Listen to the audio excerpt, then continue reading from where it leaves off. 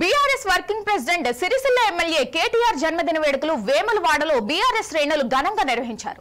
BRS నాయకులు వేములవాడ శ్రీ రాజరాజేశ్వర స్వామికి ప్రత్యేక పూజలు నిర్వహించి స్వామివారికి కోడె మొక్కులు చెల్లించుకున్నారు. వేములవాడలోని చల్మాడ లక్ష్మీ నరసింహారావు నివాసంలో కేక్ కట్ చేసి సంబరాలు జరుపుకున్నారు.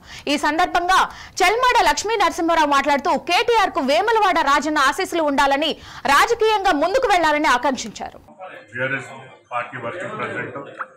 మరియు సిరిసిల్ల శాసనసభ్యులైనటువంటి గౌరవనీయులు కేటీఆర్ గారి 48వ జన్మదినం పురస్కరించుకొని వేములవాడ నియోజకవర్గంలో బీఆర్ఎస్ పార్టీ తరఫున మా ముఖ్య నాయకులు కానీ కార్యకర్తలు కానీ అందరూ కూడా పార్టీ తరఫున ఈరోజు వారికి జన్మదినం కోడె ముక్కులు చెల్లించుకొని అలాగే మరి వారికి కట్ చేసి జన్మదినాన్ని జరుపుకోవడం జరిగింది.